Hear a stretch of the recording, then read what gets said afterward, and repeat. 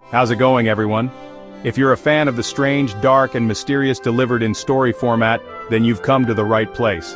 Today, we're taking a trip back in time, way back, to an empire known for its roads, its armies, and its laws. But what happens when you break those laws? Well, the answer is often far more terrifying than you could imagine. Now, before we get into it, I just want to give a quick warning. The details we're about to discuss are pretty graphic. We'll look at the procedures, the tools they used, and the specific crimes that would land a person in such a horrifying situation. Kicking off our list at number 10 is a punishment that turned a death sentence into a public spectacle: damnatio ad bestias, or condemnation to beasts. Imagine the scene. The Colosseum is packed, thousands of Roman citizens are cheering, and you are pushed into the center of the arena, unarmed. Your crime? It could be a number of things: murder, treason, desertion from the army, or sometimes simply being a captured enemy of the state. Then, from hidden gates below the sand, the animals would be released. We're not talking about a single dog, we're talking about lions, bears, leopards, and wild boars, often starved and prodded to make them as aggressive as possible.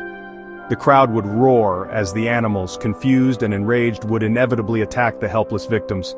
There was no escape, no chance of survival. Coming in at number 9 is perhaps one of the most infamous methods of execution in all of human history: crucifixion. This punishment was so dreaded, so filled with shame and agony, that Roman citizens were almost always exempt from it. It was reserved for those considered the lowest of the low slaves, pirates, rebels, and deserters. The process of crucifixion was a masterclass in calculated cruelty. It usually began with a brutal scourging. Then, the condemned was forced to carry the heavy wooden crossbeam, the patibulum, through the streets to the place of execution. The feet were then nailed to the post, often together with a single long iron nail. To breathe, the victim would have to push up on the nails in their feet to relieve the pressure on their chest muscles. Eventually, exhausted and in unimaginable agony, they would slowly suffocate. At number 8, we have a punishment so specific and bizarre it sounds like something from a dark fairy tale: poena culae, or the penalty of the sack.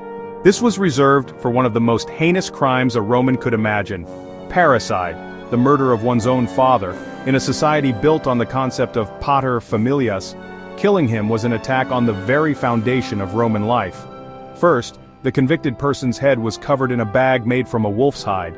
Their feet were fitted with wooden shoes. Inside the sack they were joined by a collection of live animals: a dog, a rooster, a viper, and a monkey.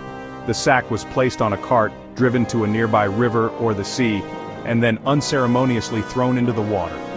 The person inside would die a truly horrific death, either by drowning or being attacked by the panicked animals trapped with them in the pitch-black, suffocating confines of the sack. Alright, so, our 7th entry takes us inside the disciplined and honestly often brutal world of the Roman legions.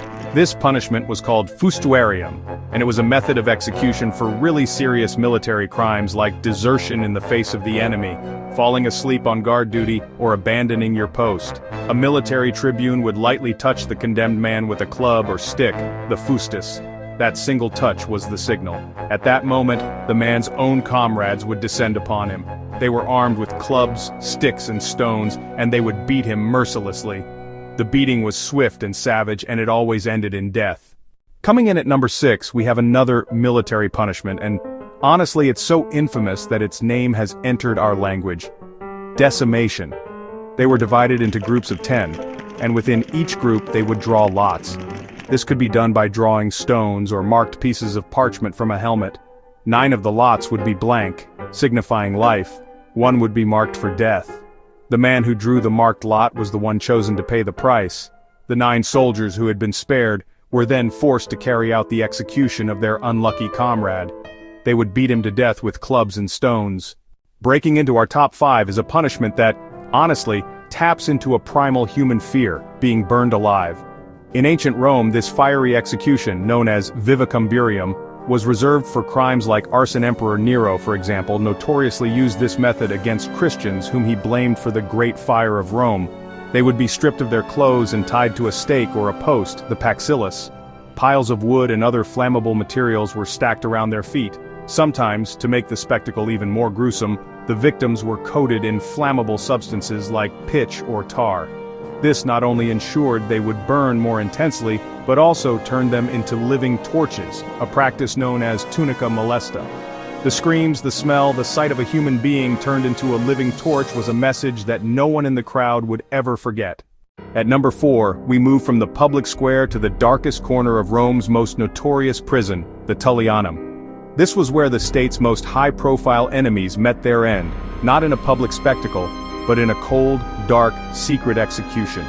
Think of men like Vercingetorix, the Gaulish chieftain who fought against Julius Caesar. Prisoners were lowered through a hole in the ceiling into this dark, circular chamber. Ancient historian Sallust described it as disgusting and terrible by reason of the filth, the darkness, and the stench. The final act was carried out by the Carnifex, the state executioner. In the gloom of the Tullianum, the condemned would be strangled to death with a rope or a cord. It was a stark, brutal, and efficient end. After the execution, the body was often unceremoniously dumped into the Cloaca Maxima, Rome's main sewer, which flowed into the Tiber River. Our number 3 spot is a punishment that, while still brutal, was considered a privilege in the Roman world: beheading. Decapitation was seen as an honorable and swift death, a right reserved almost exclusively for Roman citizens convicted of capital crimes. While non-citizens, slaves, and rebels faced the cross, the beasts, or the fire, they were often first tied to a stake and scourged or whipped as a preliminary punishment. After the scourging, they were forced to kneel, and their head was placed on a block. The executioner would then use a large, heavy sword, the gladius, to sever the head from the body in a single stroke. Beheading was seen as a manly death, a far cry from the shameful, slavish death of crucifixion. It was a final, small acknowledgement of the condemned status as a Roman. Coming in at a brutal number 2 is mutilation. Unlike the other punishments on this list, the goal here wasn't always to kill, but to permanently mark a person as a criminal. Mutilation was often the punishment for crimes like theft. A thief might have their hand cut off, a perjurer or a spy might have their tongue or eyes gouged out. The procedures were crude, non-medical, and carried out with basic tools like knives and chisels. A hand would be placed on a block and severed with a cleaver. The wounds were often cauterized with a hot iron to stop the bleeding, adding another layer of agony to the ordeal. The person was allowed to live, but their life was forever altered, their body a permanent billboard for their crime. Every time a citizen saw a handless beggar or a person with facial mutilations, they were reminded of the harshness of Roman justice. It was a brutally effective deterrent. And here we are at the number 1 spot on our list. Now you might be thinking, how can whipping be worse than being thrown to lions or burned alive? The answer is that scourging wasn't always a punishment in itself, but often the horrifying prelude to those other executions. The tool used for the most severe form of scourging was the flagrum, or flagellum, a short whip with multiple leather thongs. But these thongs were not simple leather. They were studded with sharp pieces of metal, bone, and glass. The condemned was stripped naked and tied to a post or pillar, their back exposed. 2 executioners, one on each side, would then lay into the victim with the flagrum, striking them from their shoulders all the way down to their legs. The scourging would continue until the flesh was stripped from the back, exposing muscle, sinew, and even the bones themselves. The blood loss was immense, and the pain is simply beyond our modern comprehension.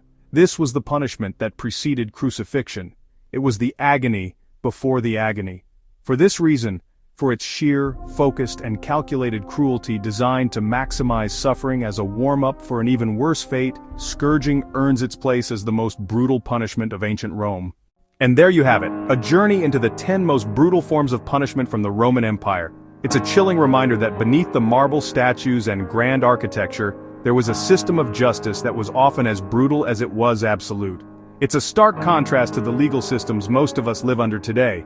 We hope this deep dive was as fascinating for you as it was for us to put together. If you found this history as shocking as we did, hit that subscribe button for more deep dives into the past.